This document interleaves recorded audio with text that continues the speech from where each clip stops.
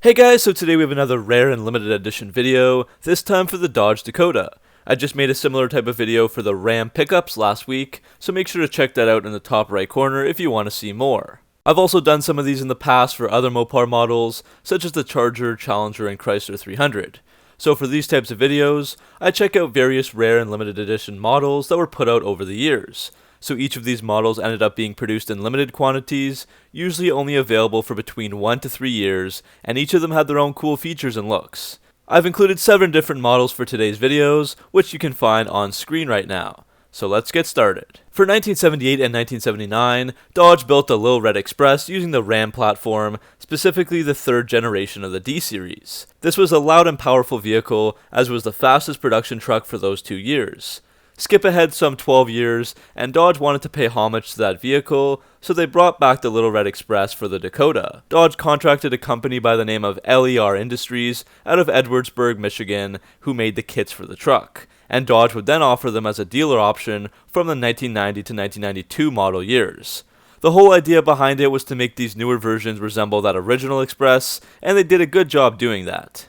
The exact production numbers were hard to find, but the consensus is that there were only several hundred produced each year, and then around 32 were made for the final model year in 1992. It's believed the 92 models were made just to use up some leftover parts from the previous 2 years.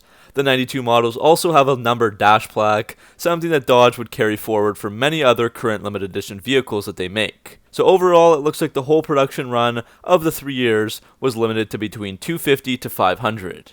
These trucks had some different exterior and interior modifications, but nothing new was done performance-wise. They featured the red paint, some decals, a classic-looking step-side bed, and dual vertical exhaust stacks right behind the cab, but all that was purely cosmetic from the factory. The inside of the bed was constructed from thin galvanized steel, with the fenders made of fiberglass. Not much was changed on the interior, so it's just basically a standard Dakota there. As for performance, for 1990 and 1991, the standard engine here was a 3.9-liter V6 with 125 horsepower and 195 pound-feet of torque. The V8 power arrived in 1991 with the normal 318 cubic inch 5.2-liter V8, and that produced 170 horsepower and 260 pound-feet of torque. For 1 year only, in 1992, the 5.2-liter Magnum V8 was offered as an option, and that was paired with a 4-speed automatic transmission and a 3.9 limited slip differential. And the Lil Red Expresses that had those engines are by far the rarest. I figure that out of the 32 produced for 1992, some would have had the V6 and some would have had the Magnum V8, so that gives you an idea of just how few of them there were. That engine would make the 92 Dakota the quickest production truck again, just like the original Lil Red Express, with an output of 230 horsepower and 280 pound-feet of torque. And that propelled the truck to 60 miles per hour in just under 8 seconds, and the quarter mile in just under 16 seconds. These trucks were really unique, staying true to the original trucks with the design and performance, and also trying to invoke some nostalgia. The only thought I have here is that maybe Dodge should have waited a few years, as this Lil Red Express came out just 12 years after the last ones, so more time might have created some more demand. Another truck that was very similar to the Lil Red Express would be the Dakota Warrior. This was based off of the same idea, as the truck was made to resemble the Warlock trucks that were available for limited production in 1976, and then regular production from 1977 to 1979, mostly offered in black. Again, LER Industries of Edwardsburg, Michigan made the kits, and Dodge sold these as a dealer option. This was basically the same truck as the Lil Red Express, with the same custom bed, but it came without the vertical exhaust stacks, and it also got a different graphics package to match the first iteration of the Warlocks. The Warrior package was a $5,000 add-on, but apparently that dropped to $3,350 for 1992. To give a bit more information on both the Lil Red Express and the Warrior packages, they had a build option called rear bumper delete from the factory. So they would get built with a standard short box and no rear bumper, and then the trucks would be shipped to LER Industries and completed there. Again, the 1992 models were the only ones to get the 5.2-liter Magnum V8 options, and all the Warriors were fully loaded with all the power options, AC, 3.9 gears and limited slip differential, a black exterior, and a crimson red interior with bucket seats and a center console. The exact production numbers are unknown again, but the Warrior is rarer than the Lil Red Express, so production is likely around 250 for all the 3 years, with just 40 produced for 1992. Another rare Dakota that must be on this list is the Sport Convertible, which was made for 3 model years from 1989 to 1991. There never was really a market for a vehicle like this, So the reason why these are so rare is simply because they sold very poorly, and thus not many were made. Chrysler CFO at the time, Jerry York, came up with the oddball convertible idea. Instead of adding more power or off-road toughness like GM was doing, he thought the convertible would be the solution to boost sales. So starting in 1989, Dodge started shipping the regular cab Dakotas to American Sunroof Company, also known as ASC, and they converted the trucks into convertibles. The process was about what you'd expect. They'd cut off the roof, and then they added a single hoop roll bar, soft top, and a plastic rear window. New frameless glass doors were also installed for a cleaner top-down look. The first year in 1989 was the most popular year, where Dodge sold 2,842 of these convertible Dakotas. 1990 saw the sales fall to 909, and then only 8 were sold in 1991 to fulfill contract obligations. Those 8 are very interesting because there was absolutely no advertising for them, they were built randomly, each with different options, and mostly all were sold before reaching dealerships. Other than the soft top, the convertible was pretty similar to the regular Dakotas. In 1989, the Sport convertible could be ordered in black, white, or red, and blue was added for 1990. They came standard with a 3.9-liter V6, with 125 horsepower and 195 pound-feet of torque, along with a 5-speed manual or 4-speed automatic transmission, and 4x2. 4x4 was an option for those that wanted it. 1990 added a 2.5-liter 4-cylinder with a single fuel injector that produced 100 horsepower and 132 pound-feet of torque. The convertible model was technically a sport trim, so that added velour seats, power windows and door locks, cruise control, fog lights, anti-lock brakes, an AM/FM stereo with a cassette player and 4 speakers, and unique graphics. The convertible would add about $3,000 to the price of the Dakota, so we're looking at around $14,425 for a 4x2 convertible and $16,595 for a 4x4 convertible in 1989. You can see the numbers on screen adjusted for inflation for 2020, so they're steep prices but not outrageous. The Sport convertible is a fancy idea on paper, but it never really worked out as Dodge thought it would. While it was a one-of-a-kind vehicle, the truck didn't look all that good, it had a very leaky top, and it could be dangerous if the bed was full of tools or equipment. Yet another limited Dakota comes from the first generation, the 1989 Shelby Dakota. This was a limited edition high-performance version of the Dakota Sport pickup truck and was offered for just the 1 year.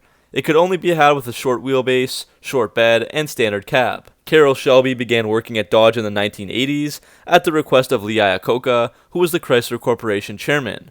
And one of the various special edition vehicles that Shelby produced was this Dakota, and interestingly, it was his first rear-wheel drive vehicle since the 1960s. As for production, there were 995 made in red and 480 in white for a total of just 1,475 for the year. And apparently there was also one additional copy made in two-tone with a white top and a red bottom below the stripe. These Shelby Dakotas started at $15,813 US, which works out to be around $33,000 when adjusted for inflation in 2020 dollars. Like many Shelby vehicles, and unlike the last few Dakotas that we've been over, the purpose of this truck was to up the ante on performance. Up until 1989, the standard Dakotas had been offered with a 2.2 or 2.5-liter 4-cylinder or the 3.9-liter V6. Dodge and Shelby wanted more for this thing, so the 5.2-liter Magnum V8, also known as the 318 V8, from Dodge's full-size pickup was fitted into the Dakota. The engine bay wasn't really designed for the bigger V8, so there had to be some modifications since the V8 took up space that was used by the cooling system. Shelby had to swap the V8's engine-driven fan that was found between the block and the radiator for an electric fan that was mounted in front of the radiator, and this actually increased the horsepower by 5, so the final output was 175 horsepower and 270 pound-feet of torque. The engine was paired with a 4-speed automatic, a high stall speed torque converter, transmission cooler, and a 3.9 limited slip differential. At the time, this was the highest performing pickup truck in existence, other than the original Lil Red Express, weighing 3,610 pounds and going 0 to 60 in between 8 to 8.5 seconds. The Shelby Dakota also got other additions inside and out. For the exterior, this truck had a unique black front fascia with integrated fog lights, black fender flares, 15 by 6-inch aluminum wheels, 225/70 R15 Goodyear Eagle GT Plus 4 radials, and a graphic stripe package. The inside got a 3-spoke CS steering wheel, dark gray cloth seats and door panels, Shelby floor mats, and numbered dash plaques. Although the Shelby Dakota quickly disappeared after 1989, that 5.2-liter V8 eventually would become an option for the regular Dakotas 2 years later in 1991. For the time, this was an awesome package. Reasonably priced, well designed, limited production, with some great performance to go along with it.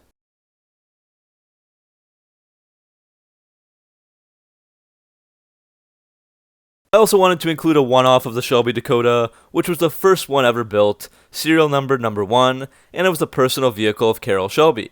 It was originally purchased by a customer, but then Shelby bought it back years later, and he used it as his personal vehicle and as a shop truck for Shelby American. In January of 2018, this truck was auctioned off at Barrett-Jackson in Scottsdale, Arizona, selling for a healthy $39,600.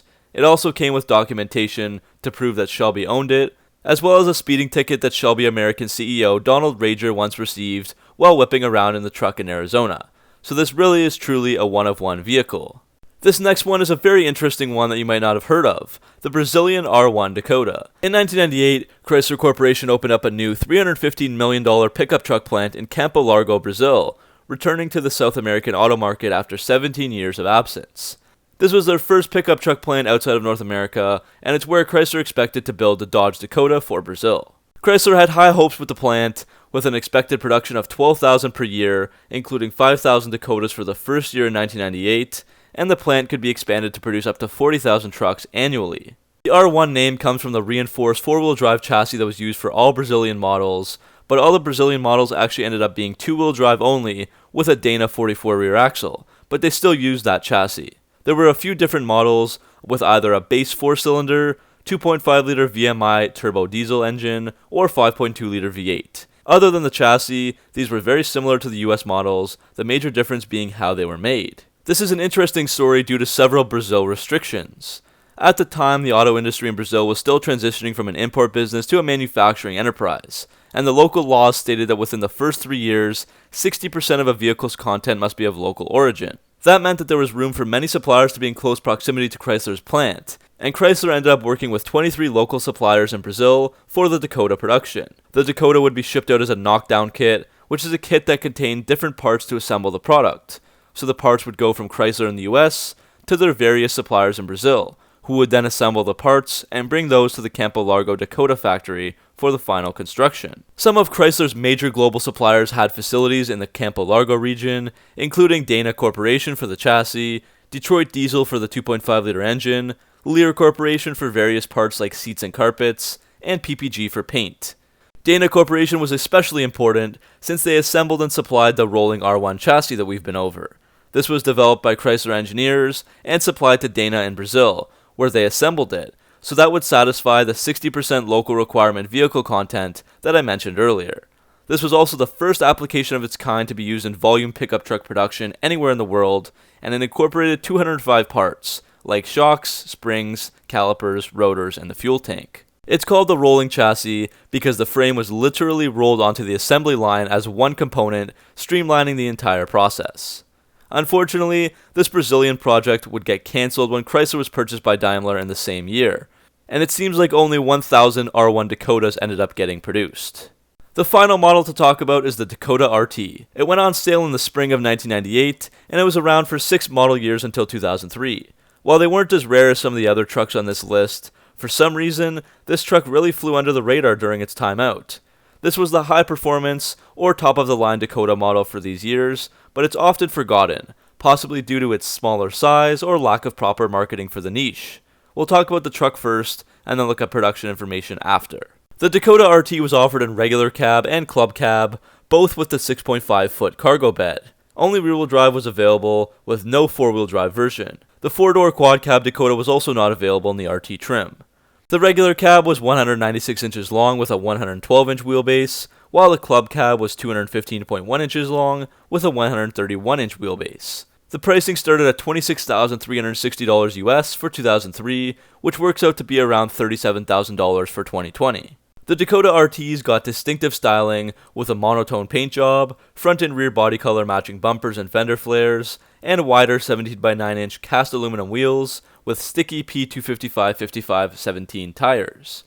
The paint colors included flame red, black, intense blue, deep amethyst, and solar yellow, but more would be added over time for a total of 10 different options. The inside got some upgrades as well, with sport bucket front seats, and a 6-speaker Infinity amplified premium audio system. The RT Dakota wasn't really meant to be a work truck, but more so a fun-to-drive pickup. It was the only Dakota model to be powered by Dodge's 5.9-liter Magnum V8, with 250 horsepower and 345 pound-feet of torque. The only transmission available was the heavy-duty Force 6 RE 4-speed automatic. The performance-tuned suspension was dropped by 1 inch, the front and rear stabilizer bars got thicker by 9mm, there was a 3.92 standard gear ratio and limited slip differential, performance rear axle, and a quicker steering gear. It sounded good too, with a performance exhaust system coming from the factory. The RT also got 11.3-inch front rotors, but had rear drum brakes and no traction control either. The numbers were very solid even by today's standards, with a 0 to 60 in 6.9 seconds and a quarter mile in just around 15 seconds.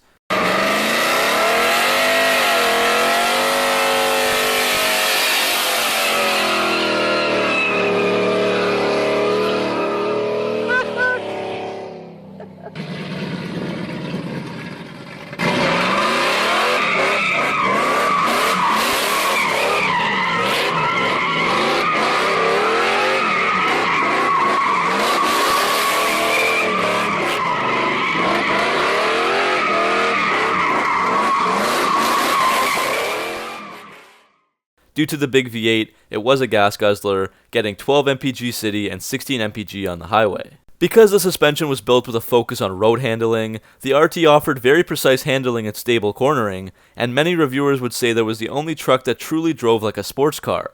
That was mostly due to its smaller size, as the full-size pickups were simply too big to achieve that feeling. However, that meant that the truck's work numbers aren't very impressive, with a maximum towing capacity of 1,800 pounds and a maximum payload capacity of just 970 pounds. Part of this was because the RT suspension was lower than the other Dakotas, but Dodge did have to deal with many complaints and even buy back some RTs after they had initially advertised that it could tow as much as the other models. Now let's try to dissect the production information. Over the 6 model years, 19,474 Dakota RTs were produced, with 17,071 for the US, 2,399 for Canada, and just 4 being exported. I'll focus more on the US totals, but I will leave a link in the description for a full chart of production numbers. This was created by a member on various Dodge forums by the name of PlmCrzy. On screen you can see a chart of all the US colors over the years, and make sure to pause the screen if you want to see more, or visit the link in the description. It looks like the most popular color was black clear, followed by flame red, and the hardest to find colors would be Atlantic blue and amber fire. If we look at the same time frame of 6 years between 1998 and 2003, a whopping 870,636 Dakotas were produced for the US.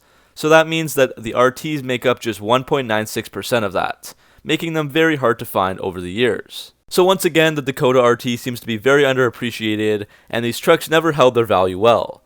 Chrysler tried to do the big engine small car formula with the midsize pickup truck template, but it just didn't sell as well as they thought. The RT badge would even come back for the 3rd generation Dakota in 2006 and 07, but that was just a very basic package. Chrysler and the other truck manufacturers kept trying to make more powerful trucks, such as the Ram SRT10 or the various Hemi models, but never again did the market see a true mid-size performance truck offered.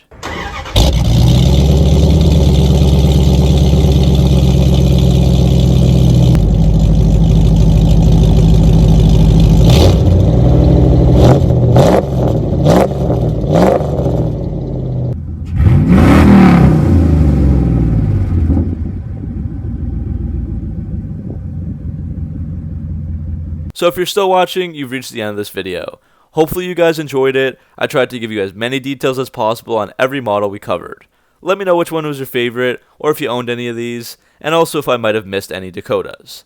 Thanks for watching, make sure to like and subscribe, and I'll see you in the next video.